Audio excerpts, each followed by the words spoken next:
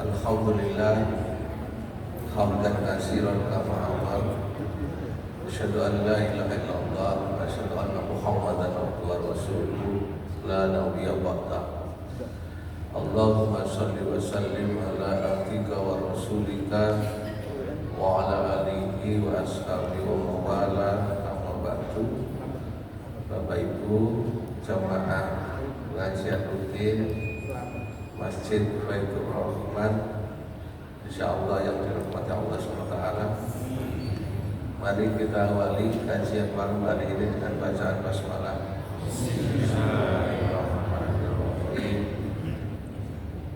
Tema kajian kita malam hari ini adalah perbaiki sholatmu agar Allah memperbaiki hidupmu. Sudah? Ya. Saya ulangi lagi. Tema kita hari ini adalah perbaiki sholatmu, Allah akan memperbaiki hidupmu. Materi ini penting untuk kita kaji supaya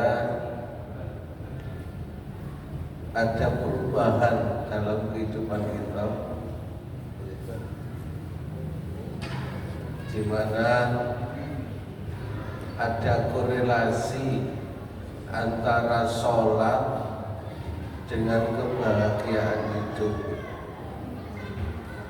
Kalau selama ini kita memahami sholat itu adalah indikator sukses hidup di akhirat, maka kajian malam hari ini kita fokus bahwasanya sholat itu bisa berkaitan dengan sukses hidup di dunia. Dengan kata lain, sukses hidup kita di dunia dan di akhirat itu ditentukan oleh sholat kita.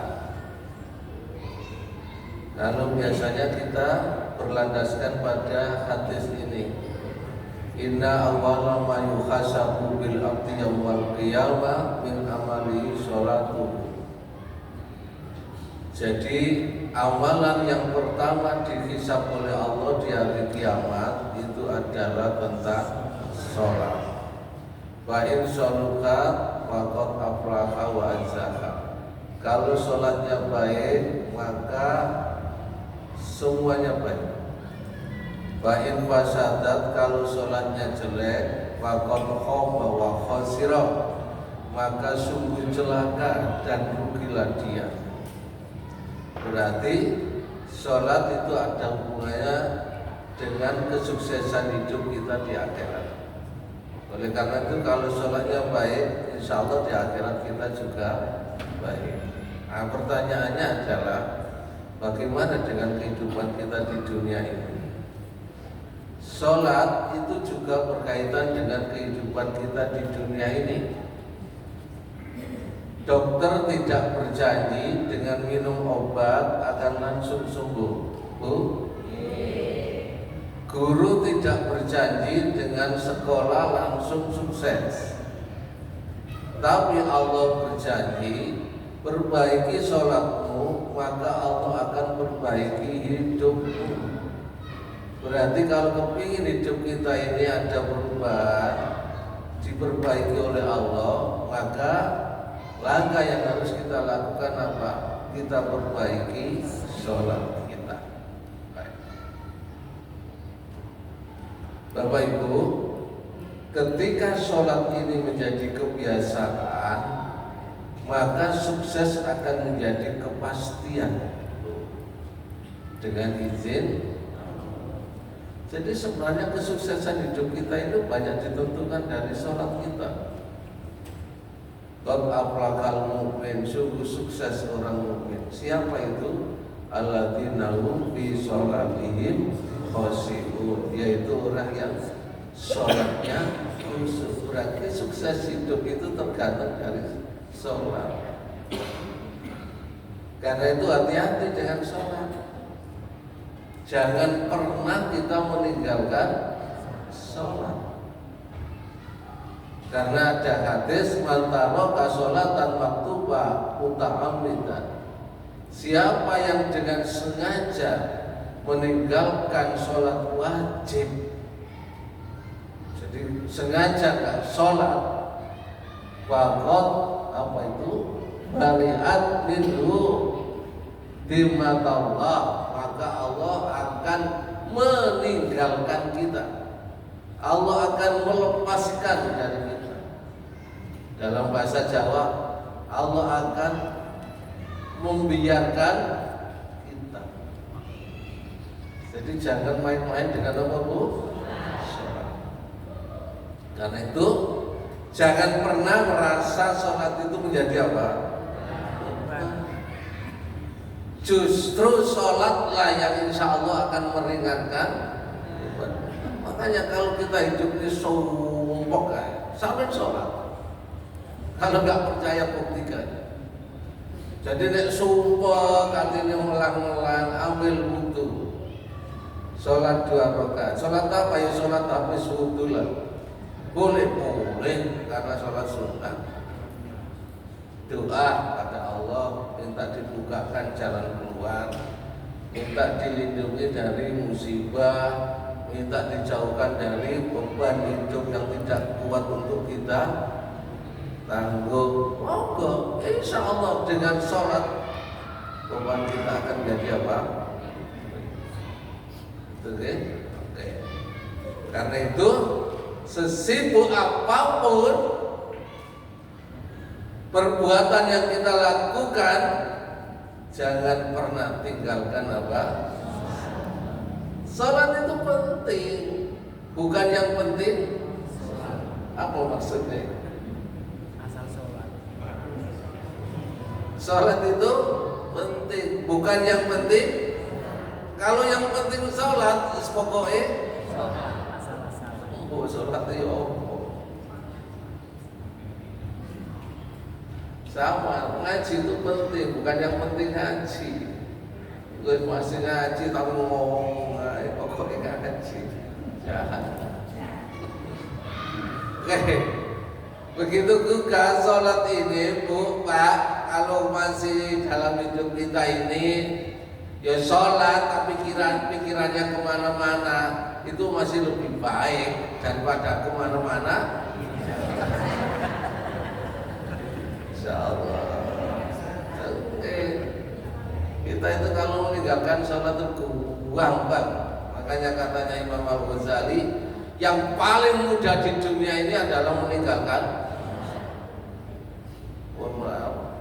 Beberapa kali itu saya sudah bisa hadir ke sini karena saya keluar kota. Kemarin ke Jakarta, sehingga saya hari Ahad ya nggak bisa datang ke sini.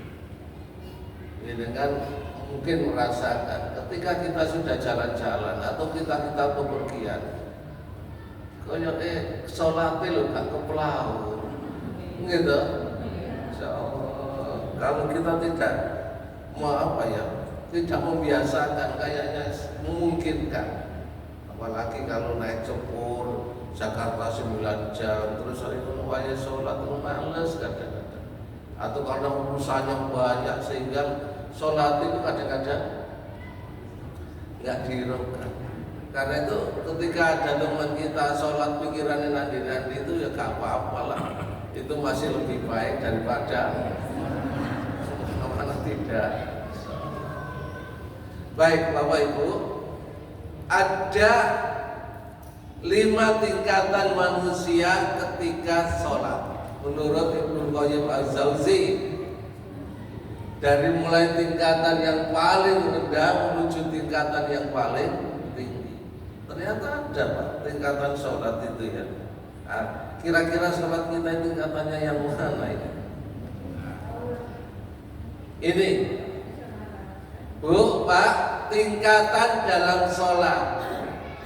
Yang pertama, sholat tapi tidak menjaga waktu. Padahal Allah mengingatkan inna sholata kanat 'alal mu'minina kitaban. Rasulullah mengatakan dalam sabdanya, as-sholatu ala waktiha. Sholatlah jogon, karena dalam hidup ini kita disuruh untuk menjaga waktu sholat. Sebab pada dasarnya kita hidup ini kan menunggu waktu sholat dan menunggu waktu disolat. Halo, kita hidup ini menunggu waktu sholat dan menunggu waktu, atau langsung kedua nggak apa-apa. Karena itu jaga waktu ini. Loh, kalau sholat aja waktunya nggak dijaga, terus kita mau apa? Makanya ada ulama mengatakan sholat itu berkaitan dengan rezeki, Pak. Kalau sering tidak mau menjaga waktunya sholat, mohon maaf loh, senantiasa terlambat terus. Biasanya rezeki kita mesti terlambat. Jadi rezekinya itu mesti, soalnya sering terlambat ketika, apalagi kalau sholatnya di apa bahasa Jawa tingkung-tingkung itu apa Pak? Apa? Si apa engkok? Engkok itu engkok si.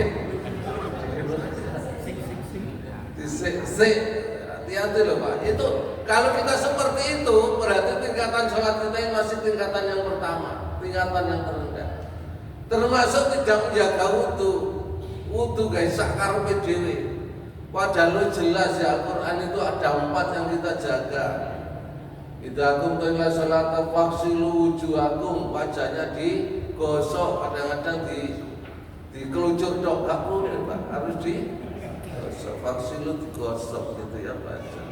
Wa aydikum, tangannya ya, tangan itu digosok sela-sela jari-jari, bukan disiram loh Pak, apalagi dimasukkan air, nggak boleh itu, digosok hilang apa ini sampai marofiki apa sampai apa ini siku.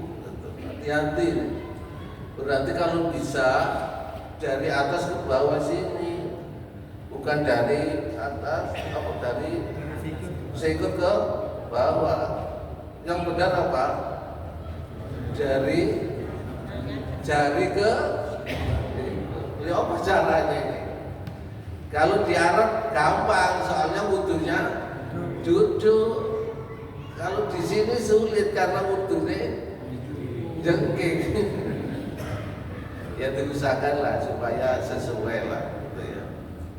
Terus wamsahu biru'usikum, apa wamsahu? Mengusap sebagian kepala, punggung. Yang terakhir apa? Wa arjulukum, dan kaki. Kaki itu jangan disiram Bu. Dia pas sela-selanya jari itu loh. Jarinya kan ada 5 ya dia. Di sela-selanya itu dikosoki, syukur-syukur dipijeti situ-situ itu supaya apa? Betul-betul terasa betul syarat-syaratnya itu. Gitu gitu. Setelah itu ilal Ka'bah ini sampai mata. Nah, jadi bukan disiram ya. Perkara selesai dengan siram monggo, yang penting digosok dulu, dibasuh dulu kakinya. Insya Allah dengan apa ini turunnya air dari kaki kita maupun tangan kita atau wajah kita, itu katanya Rasulullah sama dengan turunnya dosa-dosa kita ke bawah. Luar biasa. Makanya dijaga wudunya nih. Soalnya wudu itu syarat sholat. Syarat itu kalau tidak terpenuhi berarti sholatnya enggak sah. Makanya syarat itu harus dipenuhi. Terus tidak menjaga rukun loh.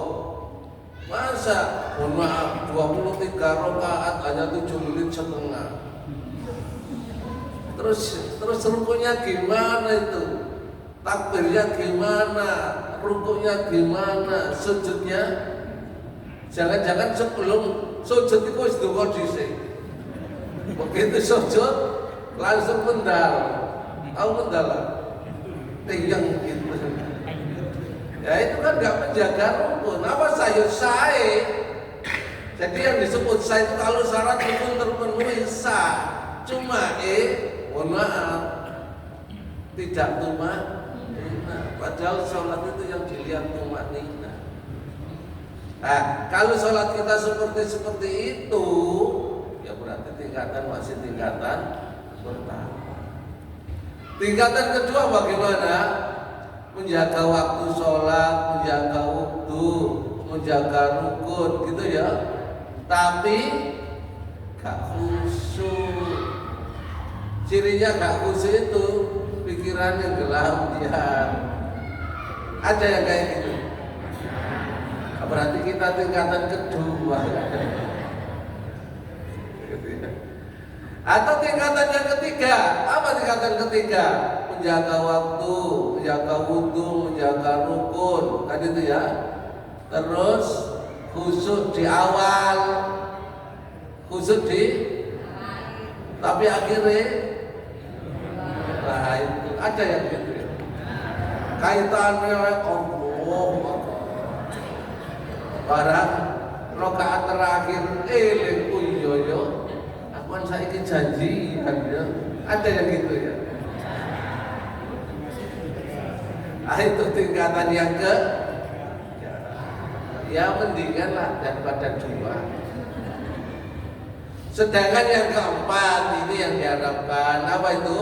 Menjaga waktu sholat, menjaga wudhu, menjaga rukun, khusyuk, kan itu ya. Nah, tapi apa ini? Oh sudah lengkap ya itu ya. Dan mendapat pahala. Jadi yang ketiga tadi gak bisa khusyuk karena apa? Banyak godaan, termasuk godaan setan. Yang hebat itu tingkatan berapa ini? Insya Allah kita kayaknya ya menjaga apa itu? Menjaga penuh waktu sholat. Artinya apa? Setiap waktu itu dijogo, sampai terlambat. Jadi kadang-kadang sak durunge adzan wis teko. Soalnya jogo waktu kayak kita nih. Terus menjaga wudhu, nah, sudah wudhunya dijaga. 3, menjaga rukun, sholat yang dohir, sholat dengan khusyuk, menanggalkan apa bu? Memanggalkan hati dan menyerahkan 10 jiwa. Artinya merasa diawasi oleh Allah. Jadi mohon maaf, tingkatan yang kelima itu sholat dengan, mohon maaf ini, sholat dengan perasaan Pak, merasa diawasi oleh Allah. Jadi sampai lupa waktunya kadang-kadang, gak mani-mani sholatnya, soalnya kok terlalu asiknya berdialog dengan Allah, sampai sikilek abu. Ono yang kayak gitu ya.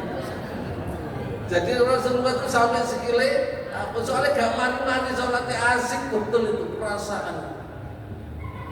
Insya Allah kayak kita nih.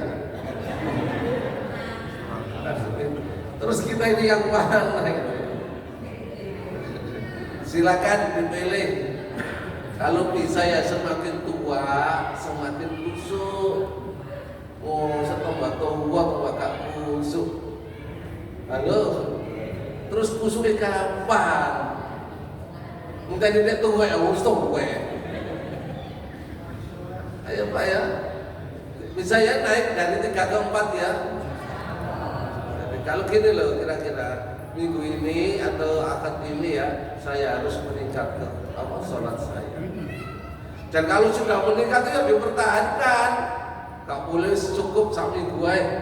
Mau balik mana ya? Gak boleh, terus dipertahankan.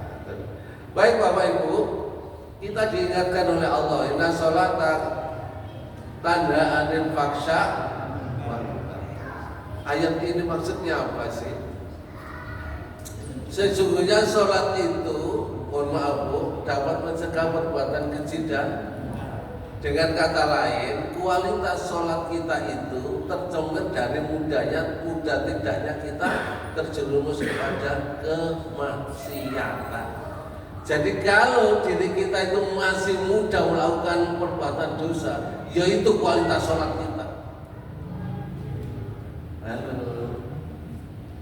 Segampang rasanya wong ya kualitas sholat ya kaya ngono. Segampang berbuat maksiat berarti kualitas sholat kita ya seperti itu. Makanya kualitas sholat kita itu tergantung dari mudah tidaknya kita melakukan kemaksiatan. Nek ada segampang melakukan kejelekan, ya berarti kualitas sholat kita ya sedemikian. Maksudnya ayat itu seperti itu. Makanya ayo digerapak diri-diri. Kok aku segampang ya berbuat elek, berarti sholat itu kualitasnya ya kayak ini. Lah kualitas sholatku ini, saya di katanya Allah tadi gimana? Nek sholat apik ya ane apik. Lah nek sholat gak pate apik ya liyane. Iya. Oh apik yo gak mungkin. Itu. Makanya hati-hati. Ya. Bagaimana cara memperbaiki kualitas sholat? Ini yang penting. Monggo ya. Soalnya apa ini penting Bapak Ibu. Kita itu ngaji diharapkan ada perubahan perilaku ya, perubahan kualitas. Apa kualitas apa? Kualitas ibadah kita. Nek ngaji gak ada perubahan, gak usah ngaji lah. Makanya dengan ngaji ini ada sedikit, gak usah kayak titik. Itu ya. Jadi kalau kepingin kualitas sholat kita ini diperbaiki, setidaknya ada 4. 1. Fokus dan konsentrasi. 2. Pahami apa yang kita baca. 3. Hindari upaya gangguan setan. 4. Jangan berhenti berdoa. Langsung Pak. Yang pertama fokus. Jadi ketika kita sholat itu disunahkan untuk apa ya? Untuk melihat ke tempat sujud. Karena apa? Supaya fokus. Lah kita itu sholat jarang melihat tempat sujud. Kadang-kadang lihat depannya. Kemarin itu ada cerita bagus. Ada salah seorang jamaah tanya, Ustaz, bagaimana kalau saya dulu sholat setiap hari mesti lihat mereknya sarungnya orang yang di depan saya. Jadi mulai pojok sana itu ditelok itu BAS mangga. Terus gimana? Yo gak bener kan itu ya. Makanya kalau sholat fokus ke tempat sujud. Caranya gimana supaya fokus? Niat yang tulus. Niat itu bukan dilapatkan. Niat itu cuma ada 2, karena Allah atau karena manusia. Sebenarnya cuma itu aja. Lah di masyarakat dilapatkan, ya monggo kalau mau melapatkan, kita nggak ada kaitannya apa. Dan itu di luar sholat. Makanya kalau sholat itu niatnya yang tulus. Kita sholat ini karena Allah atau karena selain Allah? Karena Allah ya tulus, karena selain Allah biasanya nggak tulus. Jadi sebenarnya tulus gak itu kita sendiri yang bisa merasakan. Jaga mata dan telinga. Kalau sudah sholat, halo, matanya tolong dijaga, telinganya sudahlah.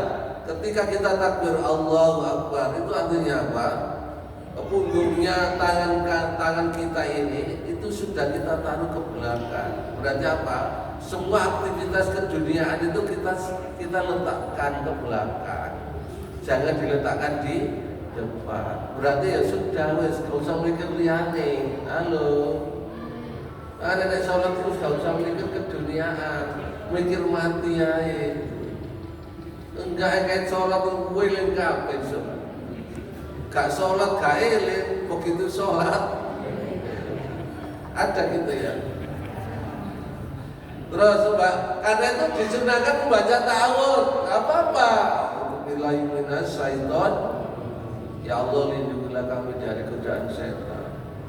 Atau ada ulama mengatakan baca qul a'udzu, ada kan itu ya? Karena apa? Di situ kita minta pertolongan Allah supaya dijauhkan dari godaan setan.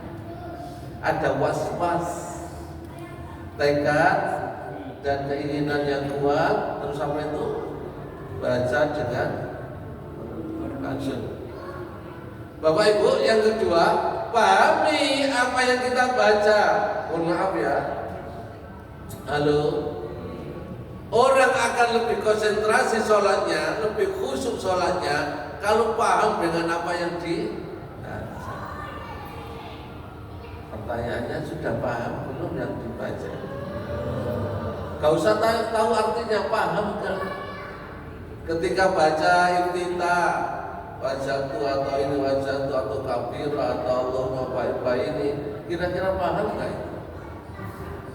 Kita minta apa kalau mau baik-baik ini gitu? Minta dijauhkan dosa kita antara barat dan timur. Gitu sudah, gitu aja paham enak. Setelah itu baca Al-Fatihah. Paham nggak Fatihah itu? Minta apa? Satu aja. Minta ditunjukkan. Ya sudah, itu konsentrasi ke situ. Ya Allah, tunjukkanlah aku jalan yang lurus. Itu aja. Itu aja sudah cukup Pak. Karena kita paham dengan yang kita. Terus yang kedua, baca apa? Ayat Al-Quran. Karena kita makmum hanya mendengarkan saja kan. Tadi yang dibaca imam ya ayat pertama apa, surat apa? Aduh, selali. Inna anzalnahu. Lanya itu selali, ini berarti manggil gang reken. Saya yakin selali memang gang reken. Jangan-jangan mikir liyo kayak ini. Yang kedua, surat apa? Apa? Al-Ikhlas. Berarti sholatnya tadi ku seeling. Ini adik kaeling berarti semaput. Kasihan. Kalau dengan mohon maaf, konsentrasi apa yang dibaca oleh imam tadi itu kalau nggak ngerti artinya nggak apa-apa, bacaannya aja diperhatikan. Loh, jadi kan memperhatikan bacaannya itu la'allakum turhamun. Jadi kan sudah dapat rahmat dari Allah. Apalagi tahu isinya, masya Allah. Makanya kadang-kadang, mohon maaf ini, ada orang baca ayat itu, masya Allah, ini kena saya, ya Allah, saya pahami betul ayat ini. Nah itu nggak akan mungkin keliling kemana-mana pikiran kita. Tapi kalau kita nggak paham belas, biasanya apa? Situ membaca, sini yo ngelamun. Makanya pahami ayat yang kita baca. Bu, Pak, yang ketiga ini hindari upaya gangguan apa? Masya Allah, ada jin atau setan dari golongan jin khusus, namanya apa itu? Hanzab ya. Jin yang bertugas menggoda orang yang sedang sholat agar tidak khusyuk. Jadi jin ini mempunyai tugas khusus goda wong sing sedang. Maka apa-apa gak sholat gak ono sing goda, begitu sholat goda itu jenenge jin. Pernah gak terasa itu? Nah, biasanya ada 7 ini. 7 cara setan goda manusia saat sholat. Yang pertama, lupa rakaat yang sudah dikerjakan. Pernah? Aku gimana boleh pindah ya? Kalau sholat duhur gak masalah. Sholat subuh lah. Sholat rong rakaat lali aku nang loro siji ya. Nah, itu tandanya kita sudah digoda oleh jin. Yang kedua, anggap. Wah, hati-hati loh Pak. Anggap kayak gini deh. Wah, ada ya. Makanya katanya Rasulullah, kalau kamu sholat hindari anggap. Bagaimanapun juga hindari muak. Seandainya nggak kuat, tutupi sambil dibuka. Karena itu jin masuk. ke dalam diri kita melalui angop yang tidak di. Bagaimana kalau dibuat masker? Apa-apa. Jadi tolong ditutupi dan jangan sekali-kali bersuara. Katanya Rasulullah, suara setan itu adalah suara ketika ada orang angop berbunyi. Biasanya bunyinya gimana? Ya itu suaranya setan.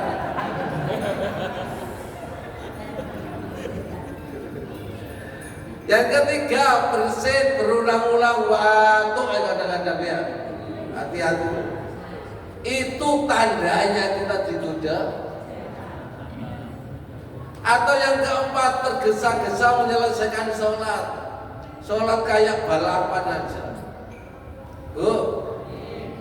Tidak perlu kebut-kebutan ketika sholat. Karena kita mau ibadah, bukan mau apa? Balapan. Sampai Rasulullah mengingatkan, sejahat pencuri adalah yang mencuri dari sholatnya. Sahabat tanya, ya Rasulullah bagaimana mencuri sholat itu?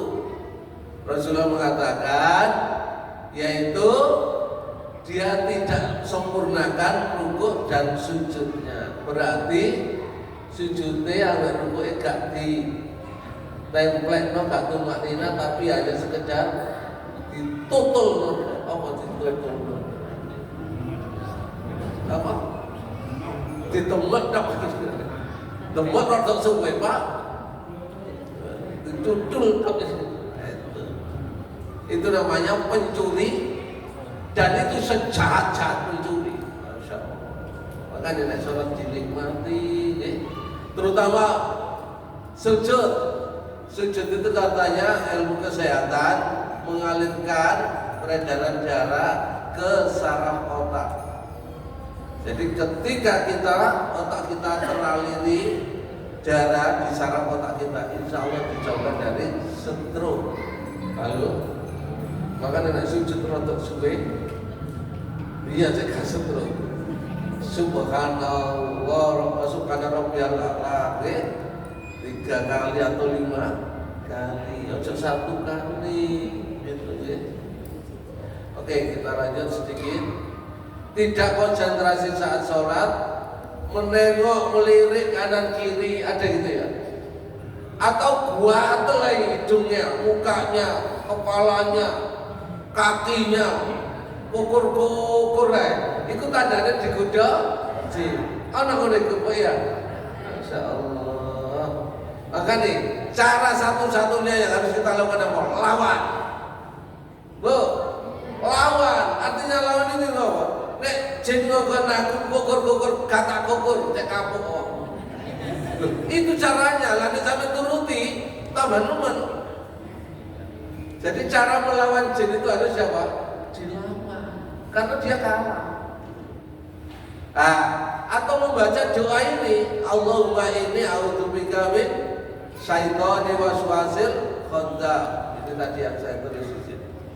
Ya Allah, aku berlindung padamu dari setan, yaitu setan khandzab yang senantiasa membuat hatiku was-was. Sampai baca ini sebelum sholat supaya dijauhkan dari apa? Oke, sedikit. Yang terakhir, jangan berhenti berdoa. Makanya ketika selesai sholat, Bu, Pak, doa ini. 1, maghfirah. Apa maghfirah? Wis usia sudah di atas 60 ini, yo sepuro tok wis. Gak usah jok soge, sepuro ae wis. Apa minta maghfirah? Maghfirah apa? Ampunan. Ya Allah, sangat sepunten dosa kula tok wis itu. 2, Rahman. Apa Rahman? Kasih sayang welas asih. Ya. 3, Mu'awizah apa? Minta dilindungi dari ya segala mara bahaya atau musibah. 4, barokah. Kita minta pada Allah keberkahan hidup ya. umure barokah, anake barokah, bojone barokah, putune barokah ya, harta bendanya barokah, hidupnya barokah. Monggo. Yang terakhir minta apa itu? Hidayah, minta petunjuk supaya hidup kita ini terarah, diberikan petunjuk ya Allah. Ya ini sebenarnya kita minta, dan jangan lelah untuk mohon pada Allah, karena Allah suka sekali kalau ada orang itu mau berdoa. Justru Allah itu marah ketika ada orang habis sholat gak doa, langsung sempat-sempatkan doa. Ojo lancing ya. Mari salam melencing. Itu oke. Nah, paling akhir Bapak Ibu, kalau kita sudah memperbaiki sholat kita, apa janji Allah? Satu, Allah akan rubah perilaku hidup kita menjadi lebih. Sampai rasakan, nek sholatnya habis mesti perilaku hidupnya baik, insya Allah. Yang kedua, Allah akan tenangkan jiwa kita. Tenang jiwa ya. Orang gak tenang, sendepel, sembujung, masya Allah. Dia kan ya tenang, enak gitu loh. Loh ini kan gara-gara sholat kan ya. Yang ketiga, Allah akan mudahkan rezeki kita, urusan kita dimudahkan oleh Allah. Insyaallah. Sholat Pak, keutamaannya akan memudahkan rezeki loh. Betul ternyata. Yang keempat, Allah akan mempercepat pengabulan. Makanya doa setelah sholat itu doa yang mustajab. Pak, doa terus, jangan pernah berhenti berdoa. Dan yang terakhir, Allah janjikan kesuksesan dan bahagia. Saya kira itu. Tetap saya minta ada dua orang tanya, meskipun sudah selesai. Dua orang, Bunda, Bu, pokok diikuti aja, kayak kok ada dididik yang melbu ya. Ayo Pak, satu Pak. Halo G. Waalaikumsalam. Mohon maaf Ustaz, saya pernah melihat orang itu sholat seperti ragu-ragu. Allahu Akbar. Ulangi lagi. Allahu Akbar. Ulangi lagi. Terima kasih. Assalamualaikum warahmatullahi wabarakatuh. Ya, itu yang saya katakan tadi. Jin itu berusaha untuk menggagalkan sholat kita. Ya apa mau ikut gak sholat? Caranya apa? Dibuat rasa was-was, dibuat rasa ragu. Makanya dalam kaidah fikih dikatakan al-yaqinu yuzal-uzal. Kita harus yakin juga. Caranya gimana? Itu digoda jin Pak, dilawan itu. Caranya dilawan gimana? Ya wes, Allahu Akbar. Kepingin mana gak? Lu kan gitu ya. Saya gitu Pak, gak. Akhirnya apa? Menang kita. Nah ada kita was-was. Oh ya gak, ulangi mana? Kan itu ya. Jangan dikira ulangi itu selesai. Tidak Pak. Justru akan timbul ulangi. Makanya harus sekali lagi ya, prinsip kita lawan. Soalnya pendekat dilawan menang kono. Lah nek kono menang, ya awak dhewe terjerumus. Soalnya mereka itu gasnya gudono, Pak. Makanya dia itu nanti ditanya oleh Allah, "Jin, napa kono jangan merokok? Kula mek gudono kok Gusti?" Salah gelem. Jadi dia itu gak takut jawab. Kayak jin itu kayak provokator Pak. Ngejak-ngejak, udah tapi awake gak melo. Makanya gak ada jin nyolong, gak ono. Sing nyolong menungso. Tapi sing nggodha jin, sing ngejak jin, sing nyolong sapa? Makanya ketika ditanya, jin itu kan banyak yang pensiun dini. Kenapa kamu kok pensiun dini? Lah gimana aku? Saya dikatakan dijadikan kambing hitam, padahal sing zina dhewe, aku kan enggak. Tapi sing disalahne sapa?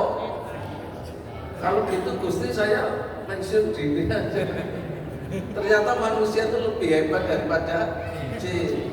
Jadi jinnya gudeng malah menungso malah sing luwih pinter gudoe. Jadi gurung digodha wis tergoda, hebat manusia tersebut. Bapak Ibu, mohon maaf waktunya habis. Ada satu Bapak.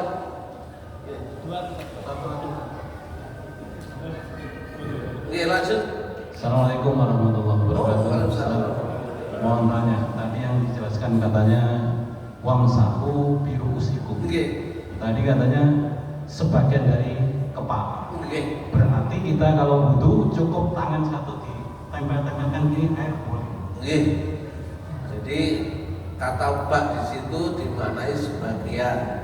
Karena itu ada 4 caranya sebagian itu. Mohon maaf.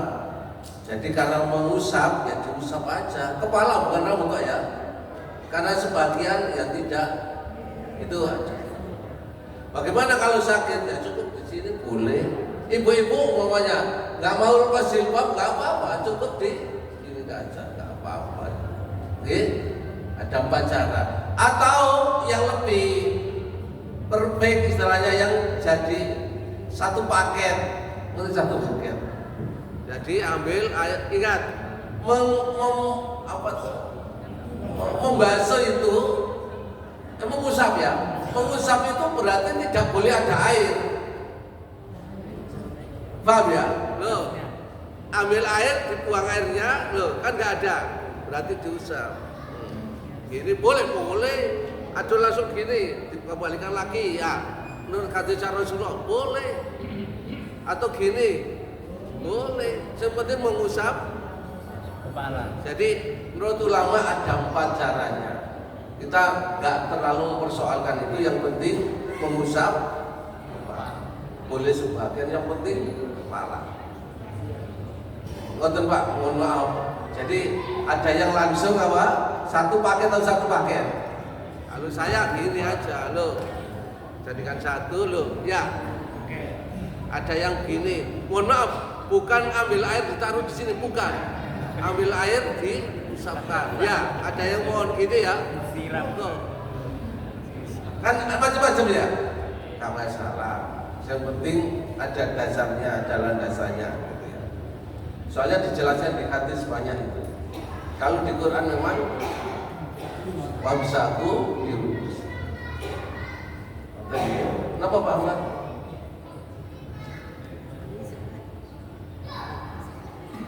Bismillahirrahmanirrahim. Assalamualaikum warahmatullahi wabarakatuh. Satu saja Ustaz, ini betapa betul pentingnya sholat. Strategi apa yang terus saja kami agak kesulitan hampir 1,5 tahun ini lebih Tuan Amir untuk mengajak anak-anak muda untuk sholat, menyadarkan agar berkenan untuk sholat, utamanya yang laki wajib tidur berjamaah. Ini ada beberapa fenomena yang menjadi viral 40 hari berturut-turut 100 menit sepeda, bahkan obral umroh juga ada. Mungkin ada kiat-kiat khusus bagaimana kalau penerapannya untuk anak-anak remaja kita. Terima kasih. Assalamualaikum warahmatullahi wabarakatuh. Ada ilustrasi sedikit Pak Bu.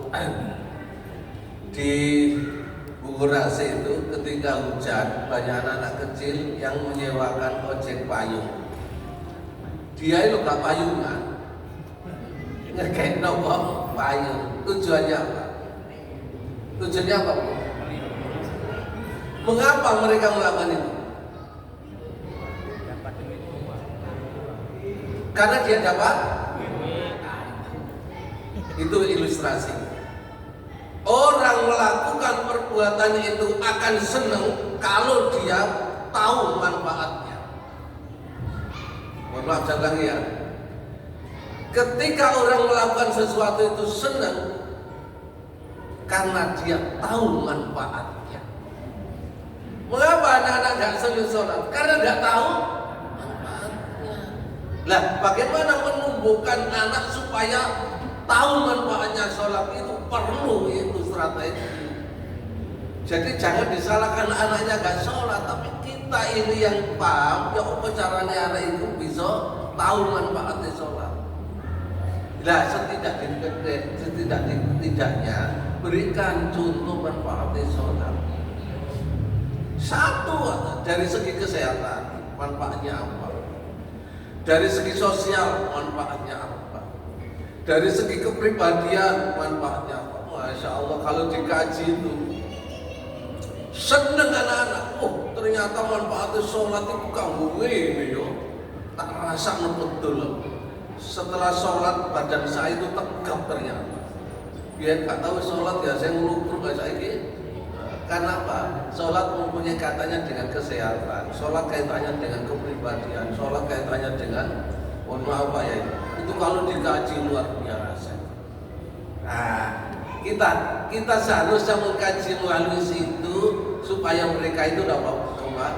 Karena apa? Kalau sudah tahu manfaat sesuatu, oh masih gak menunggu sholat, dia teko sholat dewe karena apa? Sudah tahu manfaat. Nah kita itu langsung kan sholat rokok kan, ya tahu gak seneng. Mohon maaf ya. Nah, makanya perlu ngaji ini supaya kita punya wawasan yang besar. Mohon maaf ya, saya ada kegiatan ini terus lo kamari mana nih? Diakhiri ya. Jadi sekali lagi Bu, Pak, sebelum kita akhiri, saya hanya mengingatkan saja sebagai closing ceremony. Tema kita hari ini, perbaiki sholatmu, Allah akan memperbaiki hidup. Mumpung masih ada kesempatan, mumpung masih ada kesempatan, maka mari kita gunakan kesempatan yang singkat ini. Ini tadi ada satu ya, slide yang belum saya sampaikan ini. Mumpung ada kesempatan, masa penantian, mari kita tingkatkan amal soleh kita. Kalau itu ya, jika sholat rutin 5 kali berjamaah di masjid berarti sholat wajib Anda telah sempurna dan tinggal nambahin amalan-amalan yang lain. Karena itu ketika kita datang ke sini jangan hanya sholat saja, lakukanlah tambahan amalan. Bisa sedekah ya, bisa membaca Al-Quran, bisa ikut ngaji, bisa diskusi, bisa membantu orang, atau bisa apa saja. Pokoknya ada di sini ojo hanya sekedar sholat, tapi tambahilah amalan-amalan yang lain yang bisa nambahi amalan kita. Okay? Saya kira itu kurang lebihnya, mohon maaf. Kita akhiri dengan doa kafaratul majelis. Alhamdulillah, asyhadu an la ilaha illa anta astaghfiruka. Kurang lebihnya mohon maaf. Assalamualaikum warahmatullahi wabarakatuh.